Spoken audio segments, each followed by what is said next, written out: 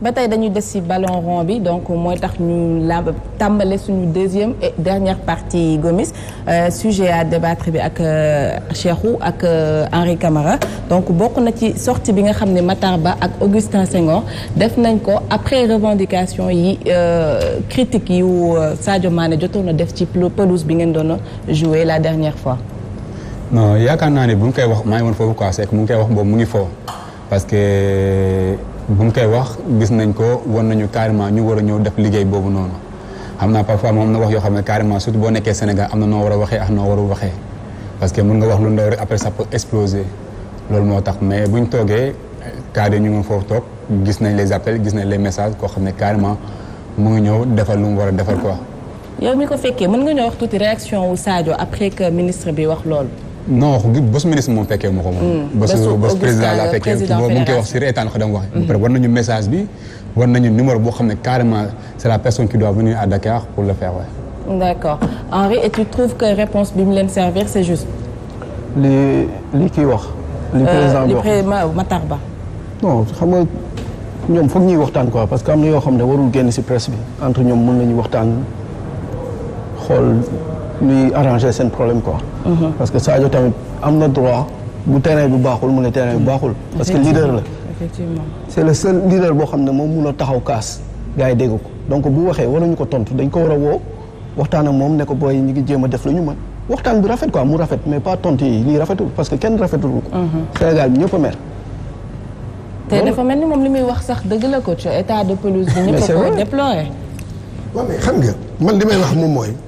première personne bu mun a wax ci pelouse mooy kan mooy joueur bi man non c'est que sama wax moom day leer man dégg nga comme ni ko Henri waxee je pense que muy Augustin ak ministre bi non dëgg-dëgg ñoom mënoon nañu servir beneen même bu waxee wax na léegi ñoom ñu indi beneen mais quant à naan ko fii du Liverpool fii du lii ak non loolu vraiment man loolu d'accord moo ci mënoon na tenir beneen discours en fait. non mënoon na am beneen discours boo xam ne un discours pour apaiser.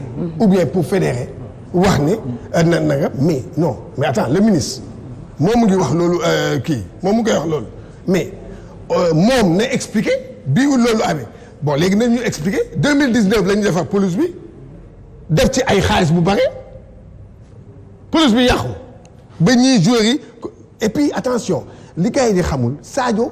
du moom moo njëkk a wax de entraîneur adversaire yi ñëw fi wax nañ ci terrain boobu joueur adversaire yi wax nañ ci terrain boobu mais yàgg nañu wax ci terrain boobu pelouse bi baaxul léegi nag la question qu'on doit se poser mooy pelouse bi ki ko defar entretien bi lan moo tax ba léegi moom mu mel nii man defe naa pour man loolu mooy réponse yi. Nicolas yaa ngi reetaan. oui xam nga wax boo ko génnee dans son contexte ça devient autre chose. tey dañu nekk Sénégal boo xam ne y a que des commentateurs partout. Cheikhou nee na peut-être il le disait en rafant c'est-à-dire bon si caaxaan la ko doon waxee. mais wax nekk na fetal. la pelouse là bi ngeen di gis nii Cheikhou était acteur il a joué ici contre la Guinée-Bissau et le Congo il y a 5 mois. elle n'est pas pareille. L'investissement a été déployé par la Fédération sénégalaise de football pendant 2 semaines wax dund naa ko ak Augustin Senghor ak Jo Samb ñu ngi def pour defar pelouse bi les garçons c'est des jambes de milliardaires. les garçons là sont nos fiertés c'est pas seulement Sadio Mané mais bu dem mooy suñu icône tey mais Cheikhou Kouyaté en est pareil tey pour un peu 2 mètres on a suivi l'action Erickson la dernière fois. et pourtant il le ballon mais Cheikhou Kouyaté am na fu mu mën a teg tànkam tey am si problème parce que pelouse bi baaxul alors wax bi l'un dans l'autre bu ñu ko génnee contexte am ça devient honte so dana jeu de ping-pong entre Augustin Senghor entre Matar Ba ak Sadio Mané et je pense que Sadio le connaissant très poli comme Cheikhou Kouyaté ils n'ont pas ce langage hors de rue amuñu ko et je pense l'un dans l'autre bu ñu éviter un peu presse bi en tant que kilifa et kilifa c'est pas ça veut pas dire que Augustin Senghor kilifa la si il est ça veut pas dire que Matar Ba kilifa la si kilifa la mais Sadio Mané kilifa la parce que suñu fierté la ñaanuñu yàlla tey sur la pelouse de Lat Dior ñu si jëlee benn blessure autant Cheikh Tidiane l'a dit c'est pas les joueurs seulement qui l'ont déploré c'est tout le monde et le problème et chacun a son rôle aujourd'hui à jouer autant la fédération a relooké les stades félicitations à la fédération parce que il faut le dire ñu reconnaître ko il n'appartient à aucune fédération na nekk basket na nekk handball na nekk leen mu defar stade mu defar pelouse bu dee fédération football Sénégal dem na ba di ko def et je pense Augustin ci la gisee boppam parce que y a eu des sacrifices qui ont été consentis mais c'est pas une raison qu'il y ait ce jeu de ping-pong entre un acteur qui est le footballeur et le président de la fédération encore moins le Matar Ba. Et je pense que bu ñu éviter presque tout rek on peut avoir un sentiment meilleur que d'avoir un jeu de ping-pong entre joueurs et dirigeants. et le problème man surtout que damay naan ak yéen yeneen acteurs yi yéen a nekkoon ci terrain bi yéen a xam li ngeen doon daj ci pelouse bi te seen i tànk moom ngeen yor moom ngeen di liggéeyee donc pelouse bi coach yaa ngi ko doon wax ce matin yaakaar naa dafay yàq tànk day yàq tànk joueur mën na arrêter carrière joueur. ñoom xam nañ ci Cheikh yow mi nekkoon ci acteur. terrain bi moom baaxul parce que loolu moo tax tey bu ñu gisee président wax nañ ko donc yaakaar naa ne mooy jéem def effort yoo xam ne tey mën na ko def parce que tey mën nga daw tout seul terrain mën na la taaxle yow ko seul am na foo xam ne tam mën na la gaañ donc am na loo xam ne tey waxuma la man ak ku mu mënti doon rek ku fa mënti fubal xam na ne carrément terrain bi baaxul. moo tax bu ñu ñëwee carrément ñu waxtaan ak ñoom mais aussi il faut ñu wax ko carrément parce que président gis nañu toog nañu wax nañu gis nañ message yi gis nañ appel yi. koo xam ne war na fi ñëw avant qualification coupe du monde yi carrément pour ñëw defal loolu. instant bi nag comme ni ñu ko waxee rek yaakaar naa ne aussi du ñoom kese aussi état war na mun ñëw xam nga jéem ñu aussi jàppale si loolu bu ñu ko mënul nañu wax zone ñu corriger rek. ñu jéem a def dafa mel ni ñoom loolu la ñuy xaar sax nag de li nga wax ni coach dafa mel ni solution Cheikhou bi la ñuy xaar ñoom de. Cheikhou. ñu cotiser rek bu ñu ko mënu moom mën nañu waaw ko di haute pelouse moom loolu moom garaawul. mais du ñoom ñoo war a cotiser. waaw moom mu jaaxal. non attends. bu ñu dugg ci loolu. non attends les joueurs n'ont aucun 5 francs à y mettre. loolu la c'est pas les joueurs. les fédérations c'est l'État du Sénégal. n'ont aucun 5 francs à y mettre. waaw ñi war a defar infrastructure sportive yi. waaw c'est l'État du Sénégal. Ah oui. naam da nga koy rafetlu parce que ñu ngi defar Dakar Arena romb naa maa ngi gis muy ngeey d'accord naa mais tey comme on le dit imaginez depuis 2018 à nos jours Sénégal nekk na première nation de football africain 20 parmi les 20e au monde mais bu ñu la nee Sénégal on n'a pas d'infrastructure écoute ça fait désordre. Ça fait désordre. Bien sûr. tey waruñu wax seulement à Dakar Thiès ok war nañu xalaat Ziguinchor. tey Sénégal war na mën a 4 à 5 infrastructures même Kaolack yi au centre. war na am infrastructure sportive. Bien sûr. De qualité.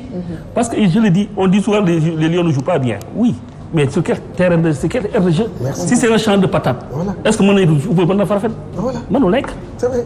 si jeu boobu Pour mu nekk bien, si il jeu faut ñu xalaat bi laay police bi. ñëw coach muy bilan wu ñaari match yi nga xam ne jotoon na am Sénégal Zambie Sénégal Cap-Vert ndam am nañ ci victoire mais victoire bi ci ñaari penalty.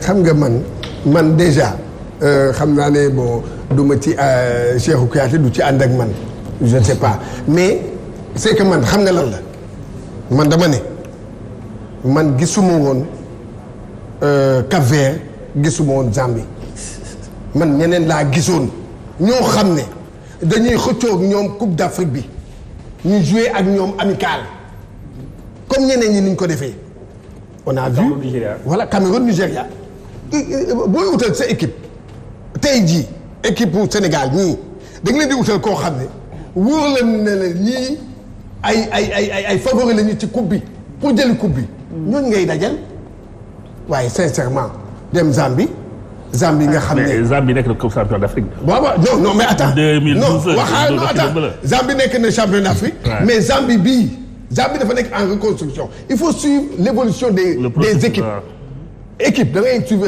Zambie dafa nekk en reconstruction parce que dafa gagné ba pare génération boobu dem na est-ce que xam nga équipe bu Zambie bi joué ak ñi xam nga mooy ñan yaa ngi fàttali nga final kii à Lusaka mooy junior yooyu doon joué ak contre Sénégal ñoom la ils sont en reconstruction dégg nga léegi xam nga kan moo ci gagné dans tout ça c'est le Cap-Vert ak la Zambie ñoo ci gagné ci ñun su nekk parce que ñun équipe bu mag la ñu yore. yow coach da ngaa xeeb Zambie de. non yow mi football ak Zambie Cheikhou Kouyaté. Cheikhou yow mi football ak Zambie daa koy daal coach. parce que Zambie tamit yaakaar naa léegi Afrique amatul équipe bu ndaw. en plus booy jouer si terrain gis nañ ko booy jouer si genre police yi nga xam ko bu baax a baax ñoom xam dañ ko miin. parce que tey boo xoolee gagné nañ ko mais boo xoolee tey nu ñu dem dawalee bal bi nga xam ne carrément mënoon nañu football. mën nañu. waaw am na benn instant bu ñuy ñëw carrément Alfred génne benn kii foofu gis nga football boobu ñu doon def. moo tax ma ne équipe bu ndaw moom amul en plus jéemoon nañu ut équipe yooyu noonu parce que yaakaar naa ne duñ ko c'était trop tard parce que ñu ngi dem xaar pour jouer qualification yi après bu ñu ko annulé jéem nañu wax benn match boo xam ne c'était Sénégal la woon Ghana xaw ma ak Côte d'Ivoire boo xam ne benn tournoi la ñu bëggoon def. après man xaw ma suite bi quoi. donc gars yi moom loolu la ñu bëggoon def avant ñuy jouer Zambie ak Cap-Vert. pour sa information. pour wax ne le Cameroun a demandé le Sénégal ba presse bi titré woon na ko il y a le Nigeria qui avait demandé le Sénégal le Maroc avait demandé le Sénégal mais ces trois là. le Ghana mais ouais, merci le Ghana ces quatre là mais attention ñoom bu ñuy wax coupe bi il faut yow nga tudd leen mais qu'est-ce qui s'est passé. mais seulement oui que le Ghana ait demandé Nigeria dans le Sénégal mais vous savez en termes de matchs amicaux du nii rek le Ghana a demandé là bu dee Sénégal mooy football yi Ghana il y a une contrepartie financière. Et nous ne sortons pas du contexte nekk na situation bu jafe est-ce que Sénégal te bu naree demander Nigéria mu ñëw on a le coup pour supporter la taille nigérienne au Sénégal. lan lay laaj. sur la table malheureusement c'est ça la réalité actuellement nii. mais bu dee Gambie soxla na affronté wu au Sénégal mais Sénégal ne boxe pas aujourd'hui dans la même catégorie que la Gambie d'accord dans Zambie d'accord naa loolu. Cap-Vert moyennant on ne boxe pas dans la même catégorie mais on peut prendre le coup de la Zambie on peut prendre le coup du Cap-Vert parce que fini que ce soit Zambie que ce soit Cap-Vert Sénégal mën na jël en charge mais est-ce que mën nañ jël Nigéria en charge est-ce que mën nañ jël Ghana en charge fu mu nekk nii. est-ce que jaru ko. est-ce que ça ne vaut pas le coup. est-ce que mën nañ ko. waaw merci voilà. mën nañ ko. voilà xaalis boobu. voilà. Henri am nañ ko. si am nañ ko. ah loolu man wóoruma. ñun 2000 Coupe d'Afrique 2000 balaa ñuy dem joué nañu fi ak Cameroun moo nekkoon champion d'Afrique. balaa ñuy dem waaw xoolal Coupe d'Afrique 2000 laa lay wax de balaa ñuy dem. donc grand li ngay wax nii man ànduma si ak yow. am na réalité boo xam ni moom xam na ci dañuy yokk seen loxo de. am na réalité boo xam ni dañuy yokk seen loxo de. waaw non avec Sénégal moi je dis ça vaut le coup dama lay wax benn affaire ça vaut le coup xam nga pour lan pour préparation dafa am solo ngay préparer ak équipe boo xam ne au moins yow mën nga fa jëlee dara. jaral na loolu da la koy jaral. et pourquoi je donne un exemple tendance depuis 1900 dañ di xool depuis 82 quand l'Algérie bi mu sonnalee Allemagne vous vous rappelez de la coupe du monde. yooyu depuis boobu les Européens seen préparation annuelle dañ ciy boole pays africains pour mën a xam pour mën a laalante ak africains yi. da leen koy jaral ñu mettre le prix.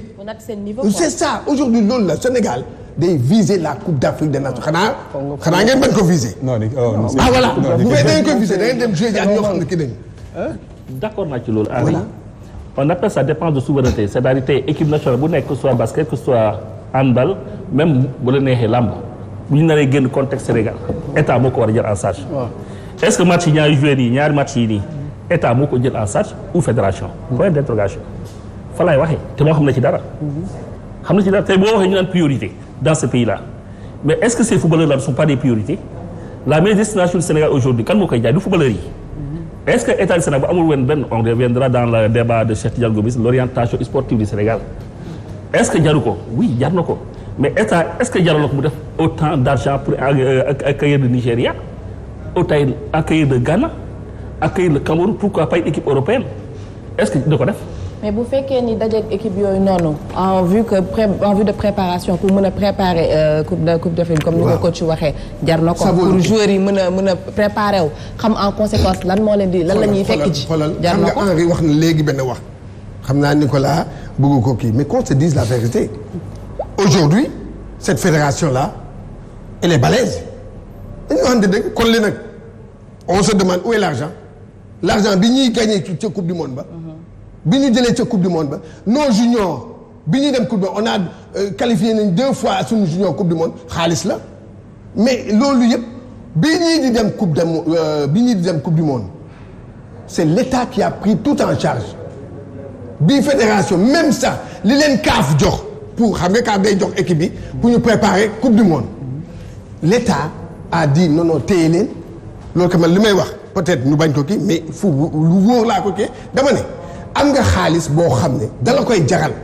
dem jouer ji ak Cameroun même bu fekkee Cameroun dafa ne yow yaa may paasal parce que day am dañ lay naan yow yaa may paasal yaay paasal sama délégation de 30 personnes mu jaral la ko. sama émission yaa koy jël sax waaw hôtel xoolal man dama ne préparation tey jii boo nee Aliou Cissé tey honnêtement tey jii le Sénégal doit jouer avec des grands en amical.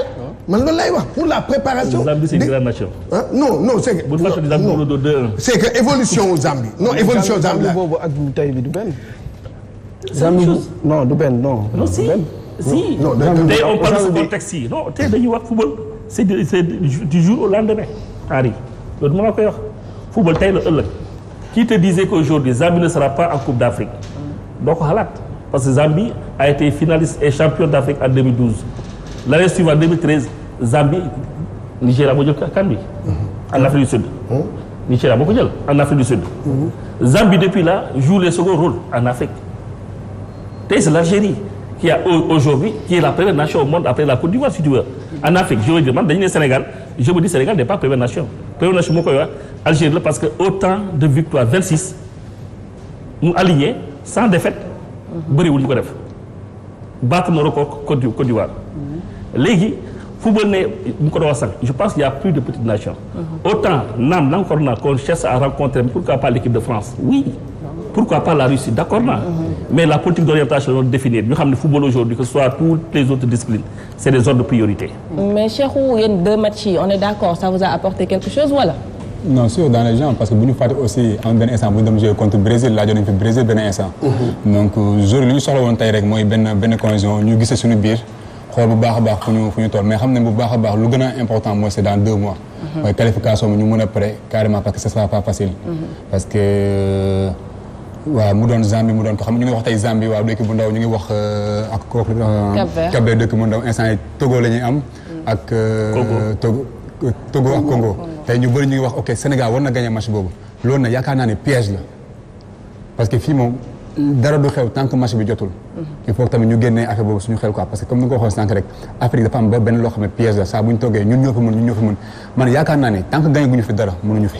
comme ni ko waxee sànq rek Algérie ñu ngi gagné parce que ñoom gagné nañ Coupe d'Afrique am na lu ñu gagné il faut que ñu gagné dara ba pare ñu mën a xam ne carrément ñoo fi mën. jàpp ngeen ni naagu instant bi waru leen. non waruñu balaa ñoo jóg wax def dara il faut que ñu indi fi dara. tant que indi ñu fi dara nag mënuñu wax def dara wax moo fi am.